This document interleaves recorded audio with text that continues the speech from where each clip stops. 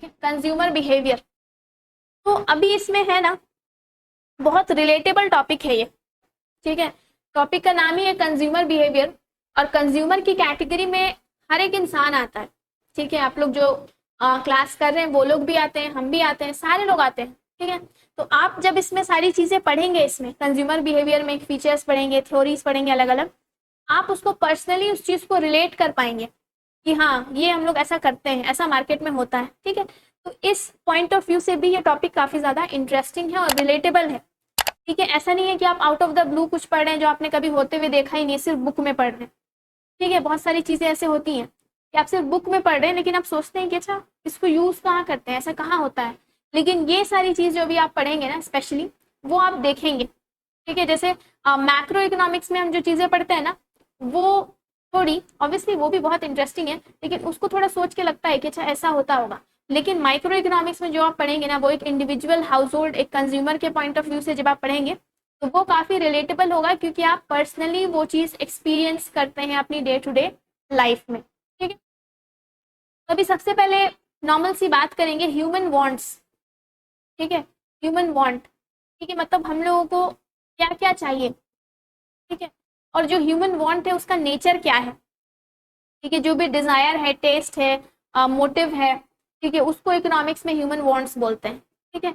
और ऑब्वियसली हर दिन हम लोग बहुत सारी चीजों की डिजायर करते हैं, हम लोग चाहते हैं कि हम लोग ये चीजें लें, ठीक है। ऐसा कोई दिन नहीं होता होगा, ठीक है, किसी भी इंसान की लाइफ में कि जब वो सुबह उठता है और रात को सोता है, उस बीच में वो किसी चीज की इच्छा नहीं अपने दिमाग में रखता होगा कि हमको ये चाहिए, ठीक है। और कुछ चीजों को वो ले भी लेता है, कुछ चीजों को नहीं ले पाता है, क्योंकि हर एक आदमी के पास जो रिसोर्सेज हैं, स्पेशली मनी, वो लिमिटेड है, ठीक है। तो पॉसिबल नहीं है कि आप अपनी हर एक वांट को पूरी कर पाए। और जब ये हम बात बोलते हैं रिसोर्सेज लिमिटेड है, तो वो हर एक इंसान को लगता है कि उसके पास लिमिटेड ही रिसोर्सेज हैं। मतलब जो बहुत अमीर, बहुत रिच लोग भी होंगे ना, ठीक है, उनको भी लगता होगा कि अरे मेरे पास अगर इतना और होता ना, इतने करोड़ और होते तो ये ले लेते। वो का एक है पर्सपेक्टिव। और जो नॉर्मल लोग हैं, मिडिल क्लास लोग हैं, मेरे आपके तरह के लोग हैं, हम लोगों का भी जो पर्सपेक्टिव है वो यही है, ठीक है, कि रिसोर्सेज जो है वो लिमिटेड है। तो सबसे पहले हम लोग देखेंगे कि जो ह्यूमन वांट्स है, ठीक है, मतलब अब जो भी आपका मोटिव है या डिजायर है, या जो भी चीज आप खरीदना चाहते हैं, जो भी सर्विस आप अवेल करना चाहते हैं, उसका फीचर क्या है, what are the characteristics of human wants, ठीक है, या फीचर्स। क्योंकि जब हम इन फीचर्स को पढ़ेंगे ना, तभी हम लोगों को पता चलेगा कि अच्छा इस वजह से ही नीड है कंज्यूमर बिहेवियर को पढ़ने की, ठीक है। तो नेचर ऑफ ह्यूमन वांट्स क्या है, सबसे पहला नेचर है कि ह्यूमन वांट्स जो है ना, दे आर अनलिमिटेड, ठीक है, दे आर अनलिमिटेड। डिजायर्स जो है वो नेवर एंडिंग, ठीक है। जैसे है ना बुद्धा का एक quote, desire is the cause of suffering, उस तरह से। और ये बात सच है, डिजायर्स जो है वो अनलिमिटेड है। तो इकोनॉमिक्स भी इस बात को मानता है। और आप पर्सनल लेवल पे भी जब आप देखेंगे ना, अभी भी जब आप पढ़ रहे हैं इस टाइम पे सोचेंगे, तो आपके दिमाग में आएगा कि अरे हाँ हम भी तो ये लेना चाहते थे, नहीं ले पाए, या लेने वाले हैं अभी ये चीज, ठीक है। तो डिजायर्स अनलिमिटेड है, ठीक है।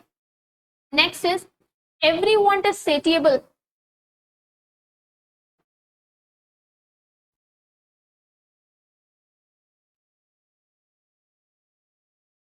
सेटिएबल मतलब हर एक वांट को सेटिस्फाई किया जा सकता है, मतलब पॉसिबल है हर एक वांट को सेटिस्फाई किया जाना। लेकिन अब क्या होता है, इतनी सारी वांट्स और रिसोर्सेज लिमिटेड है, तो आपको एट पॉइंट्स कॉम्प्रोमाइज करना पड़ता है, ठीक है। नेक्स्ट है वांट्स आर कॉम्पिटिटिव, ठीक है, wants are competitive.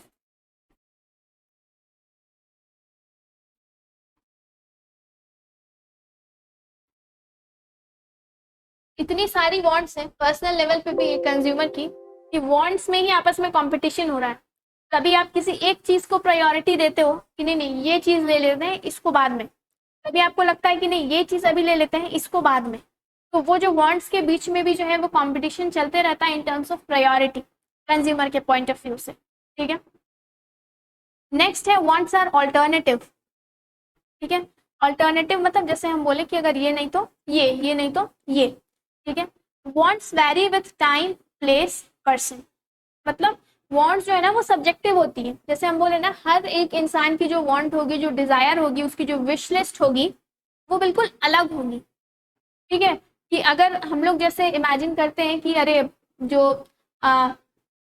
Anil Ambani होंगे, उनके पास तो इतना सारा पैसा है, ठीक है, उनको क्या दिक्कत, वो तो जो चाहे वो खरीद सकते हैं। लेकिन अगर आप उस तरह के उस स्टेटस, उस फाइनेंशियल स्टेटस के इंसान से भी पूछेंगे ना, तो उसकी भी कोई विश लिस्ट होगी, उसकी भी कोई वांट होगी, ठीक है, वो जो चाहता होगा करना, हो सकता है वो कोई नया बिजनेस सेटअप करना चाहते हो जिसके लिए उनको करोड़ों का इन्वेस्टमेंट चाहिए हो, जो भी, ठीक है। तो जैसे हम बोले, तो हर एक इंसान की, ठीक है, सब्जेक्टिव है ये, पर्सन टू पर्सन डिफर करता है, with time, with place, with people, तो वो अलग होती है। अगला है कि सम वांट्स आर रिकरिंग, मतलब वो बार बार आती हैं। ऑब्वियसली कुछ ऐसी चीजें होती हैं लाइफ में, ठीक है, कुछ ऐसी कमोडिटीज आप कह लें, सर्विसेज आप कह लें, तो जो आपको रेगुलर इंटरवल पे चाहिए। जैसे बेसिक नेसेसिटी की बात करें, जो आप खाना घर में खाते हैं, तो उन फूड आइटम्स की डिमांड जो है वो रिकरिंग है, वो आप बार बार करते हैं, ठीक है। Next is wants are influenced by advertisement. ये एक बहुत इंपॉर्टेंट एस्पेक्ट है वांट्स का, एडवर्टीजमेंट से अफेक्ट होती हैं, ठीक है। और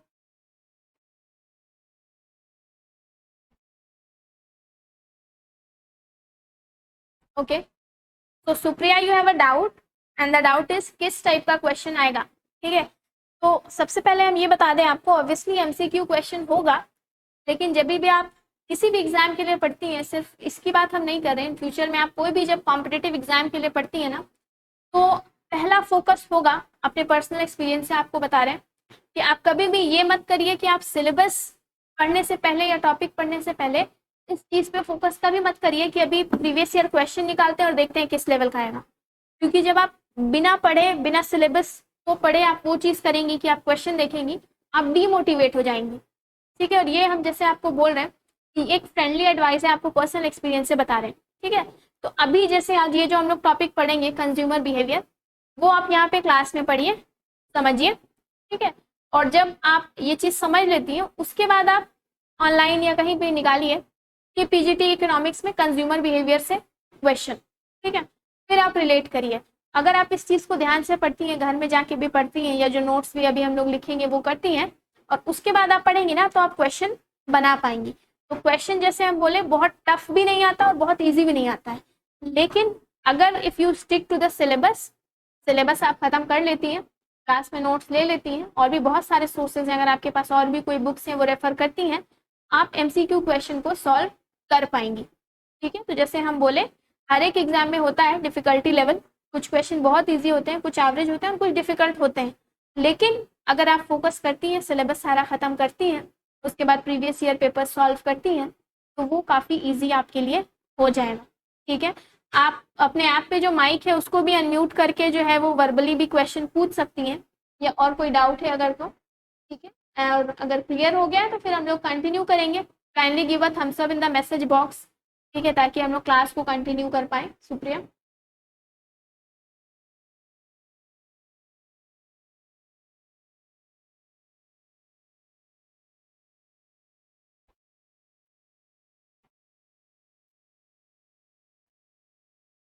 नोट्स देखिए, जो भी इम्पोर्टेंट है वो हम क्लास में भी अभी डिक्टेट आपको करेंगे, ठीक है।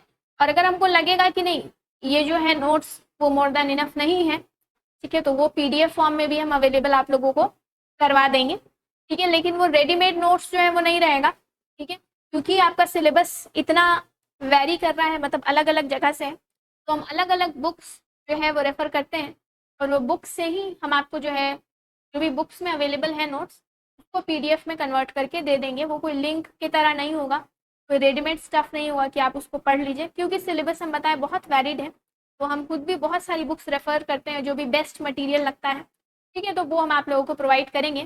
बाकी क्लास में भी आप एक्टिव रहिए, तो जो भी हम नोट्स भी इंपॉर्टेंट पॉइंट्स के लिखवाते हैं, ठीक है, उसको कॉपी करिए क्लास में, ठीक है। और फिर कोई डाउट होता है तो पूछिए, ठीक है। इफ इट्स क्लियर आप please give a thumbs up.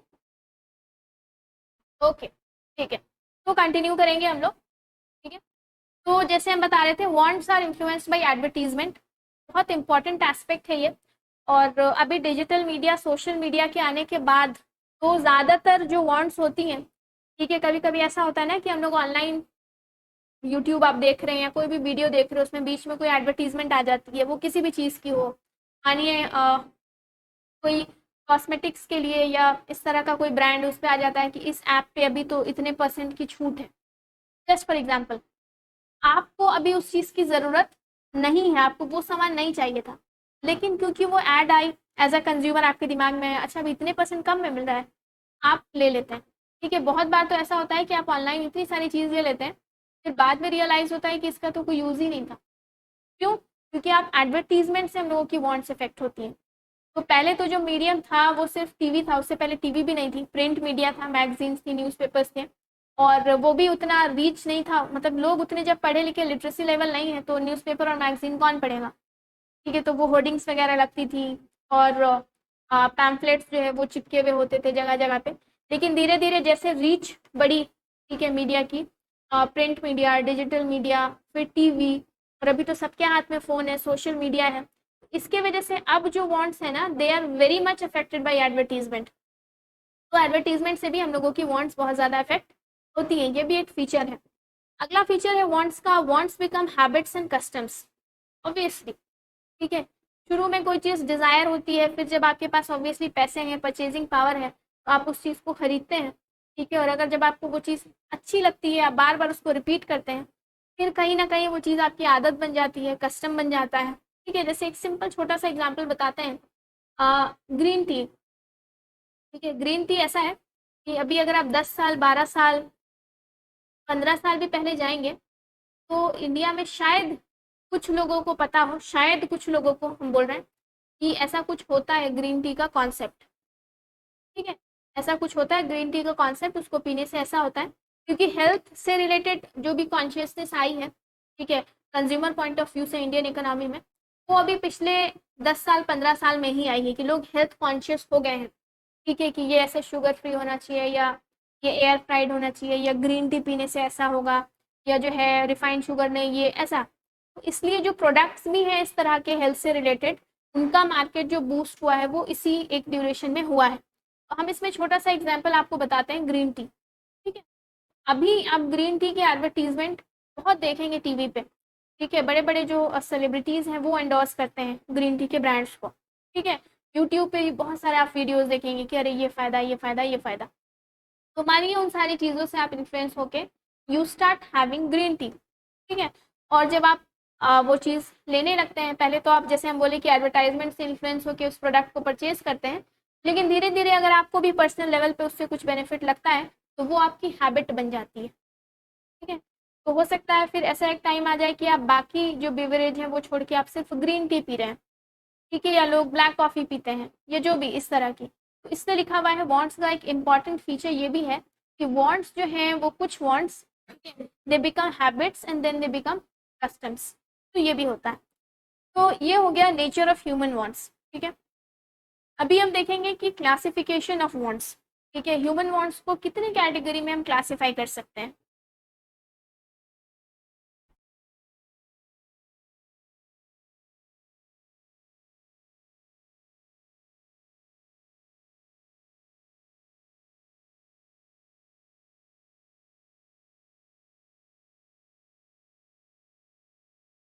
ठीक है, कितनी कैटेगरी में क्लासिफाई कर सकते हैं, 3 कैटेगरीज हैं। ठीक है, नेसेसरीज, कंफर्ट्स एंड लग्जरी। ठीक है, ये समझ लीजिए हम लोग अभी एक बेस प्रिपेयर कर रहे हैं, ताकि जब अभी हम लोग एक्चुअल कंज्यूमर बिहेवियर में आएंगे, मार्जिनल यूटिलिटी एनालिसिस या बाकी सारी चीज़ें। ठीक है, ठीक है, तो उस पर हम आपको ये चीज़ समझ में आएगी। तो 3 क्लासिफिकेशन है, नेसेसरीज,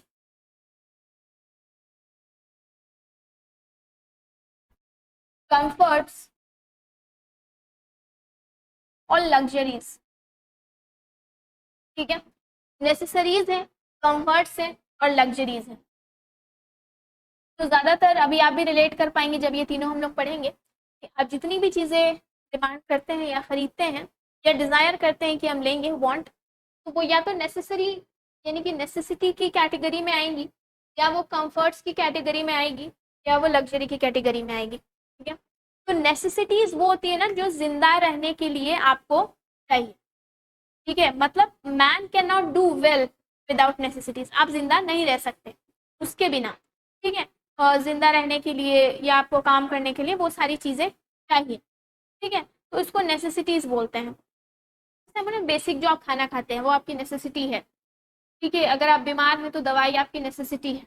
तो ये सारी चीज़ें, तो आपकी जो भी वांट्स हैं उसमें अगर ऑब्वियसली एक लो इनकम ग्रुप का इंसान है या मिडिल क्लास का इंसान है, उसकी जो वांट की लिस्ट होगी ना, उसमें ज़्यादातर वांट्स जो है वो नेसेसिटी की कैटेगरी में आएंगी। ठीक है, नेक्स्ट इज कंफर्ट्स। ठीक है, तो जब इंसान की नेसेसिटी पूरी हो जाती है ना, यानी बेसिक ज़रूरत आपकी पूरी हो जाती है, ठीक है, तब आप सोचते हैं कंफर्ट्स के बारे में। ठीक है, तो कंफर्ट्स ऐसे गुड्स एंड सर्विसेज होते हैं जो आपको जिंदा रहने के लिए नहीं चाहिए, मतलब अगर आपको वो कंफर्ट्स नहीं भी मिले, ठीक है, तो आप जिंदा रह सकते हैं, लेकिन एक हैप्पी लाइफ के लिए यू नीड कंफर्ट्स। ठीक है, हैप्पी लाइफ के लिए यू नीड कंफर्ट्स। ठीक है, जैसे सिंपल सा एग्जांपल बताते हैं। मानिए आपके घर में फैन है, ठीक है, गर्मी है तो आपको फैन चाहिए, आपके घर में फैन है, और लेकिन अब आप चाहते हैं ना कि हाँ मतलब फैन तो है ठीक है, लेकिन इससे थोड़ा सा और ऊपर क्या हो सकता है, जो कूलर्स आते हैं, ये एयर कंडीशन से एक स्टेप नीचे की चीज़ है वो कूलर्स जो घर में आते हैं, सिम्फनी और ये सारी कंपनीज के आते हैं। तो अब आप सोचते हैं कि नहीं फैन तो है, लेकिन फैन से थोड़ी गर्म हवा निकलती है, मतलब तो अब आप कूलर ले रहे हैं, तो वो आपके लिए कंफर्ट है। मतलब ऐसा नहीं है कि अगर आप अपने घर में कूलर नहीं लगाएंगे तो आप तो नहीं रहेंगे। ठीक है, तो वो अगर आपके घर में फैन है और आप फिर कूलर लेके आ रहे हैं, तो वो आपके लिए कंफर्ट है। ठीक है, इमेजिन करिए ऐसे लोग, मानिए एक लेबर है, ठीक है, वो लोग जो झुग्गी झोपड़ी में जो लोग रहते हैं, बहुत सारे ऐसे घर हैं जहाँ पे फैन भी नहीं है। ठीक है, वो लोग ऐसे रहते हैं, वो लोग उसमें भी जिंदा है, और वो लोग अगर सोचते हैं कि नहीं हम लोग अभी एक फ़ैन कहीं से अरेंज करते हैं सेविंग करके, उनके लिए वो फ़ैन कंफर्ट है। ठीक है, अगर आप ऑलरेडी आपके पास फ़ैन है और आप कूलर ला रहे हैं, आपके लिए वो कूलर कंफर्ट है। ठीक है, तो ये चीज़ हुआ, आपकी लाइफ को और ज़्यादा हैप्पी बनाती हैं वो सारी चीज़ें, एसेंशियल फॉर लिविंग नहीं है लेकिन हैप्पी बनाती हैं, तो वो कंफर्ट की कैटेगरी में आती है। ठीक है, नेक्स्ट है लग्जरीज।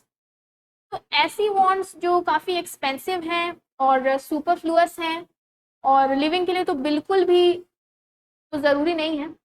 ठीक है, हैप्पीनेस के सेंस से भी नहीं है, लेकिन कहीं ना कहीं वो एक स्टेटस सिंबल आप कह लीजिए। ठीक है, उस सेंस से, ठीक है, या एफिशिएंसी ऐड करेंगी वो आपके स्टेटस को, आपकी लिविंग को, आपके पर्सपेक्टिव को, जो भी उस सेंस के लिए लग्जरी। ठीक है, ये लग्जरी ये हो गई। जैसे होता है ना कि आप जाइए किसी ऐसे इंसान के घर जो बहुत हाई इनकम ग्रुप में आता है, वेल्दी ग्रुप में आता है। ठीक है, आप जब उसके घर पे जाएंगे तो आप देखेंगे कि ठीक है, सोफ़ा भी है, बेड भी है, एक ही जगह पे दो दो तीन तीन जो है वो एसी भी लगा हुआ है। ठीक है, उनकी ईटिंग हैबिट्स, वो लोग क्या खाते हैं, किस तरह के कपड़े पहनते हैं, हर एक ओकेजन के लिए एक अलग है, मतलब वो सब सारी चीज़। ठीक है, तो वो ऐसा नहीं है कि वो नहीं रहेगा या उससे थोड़ा कम भी रहेगा, लेकिन वो उस तरह अब लिविंग का एक पार्ट हो गया है, वो एफिशिएंसी ऐड करता है, वो स्टेटस सिंबल ऐड करता है वो। ठीक है, तो उस तरह के जो गुड्स होते हैं उनको लग्जरी की कैटेगरी में डालते हैं। ठीक है, तो नेसेसिटीज़ हैं, कंफर्ट्स हैं, लग्जरीज हैं, और ये एक तो क्लासिफिकेशन हो गया, लेकिन हर एक इंसान के लिए कंफर्ट और लग्जरी का जो डेफिनेशन है ना वो बिल्कुल अलग हो सकता है। ठीक है, किसी इंसान के लिए जो लग्जरी हो, ठीक है, वो दूसरे के लिए बस कंफर्ट हो सकता है। ठीक है, या किसी इंसान के लिए जो लग्जरी हो वो किसी के लिए नेसेसिटी हो सकता है। ठीक है, मानिए जो मिडिल इनकम ग्रुप के लोग हैं, उनके लिए एयर कंडीशन अपने घर में लगाना एक लग्जरी है, वो लग्जरी है, मतलब वो सोचेंगे कि जो कूलर भी हो गया फिर भी और सेविंग कर ली, इनकम बढ़ गई, तो सोचेंगे कि नहीं एसी, ठीक है, एसी लगाना। लेकिन आप सोचिए कि वो जो बहुत हाई इनकम ग्रुप के लोग होते होंगे, ठीक है, उन लोगों को तो मतलब आदत ही है कि बिना एसी के, बहुत सारे ऐसे लोग विदाउट एसी जो है वो नहीं रह पाते हैं, कुछ लोग ऐसे होते हैं, तो उनके लिए वो चीज़ नेसेसिटी की कैटेगरी में आती है। तो ठीक है, ये टर्म्स है, इस तरह से कैटेगराइज किया गया है, लेकिन basically depending upon the income of the people ये टर्म इंटरचेंजेबली यूज होता है, कि किसी के लिए कुछ कंफर्ट होगा तो वो अगले के लिए लग्जरी है, किसी के लिए कुछ लग्जरी है तो अगले के लिए नेसेसिटी है, तो ऐसा ये चीज़ यूज होता है। ठीक है, तो ह्यूमन वांट्स को इस तरह से हम 3 कैटेगरी में डाल सकते हैं, it can be a necessity, it can be a comfort, it can be a luxury. ठीक है, ये हो। अभी अगला टॉपिक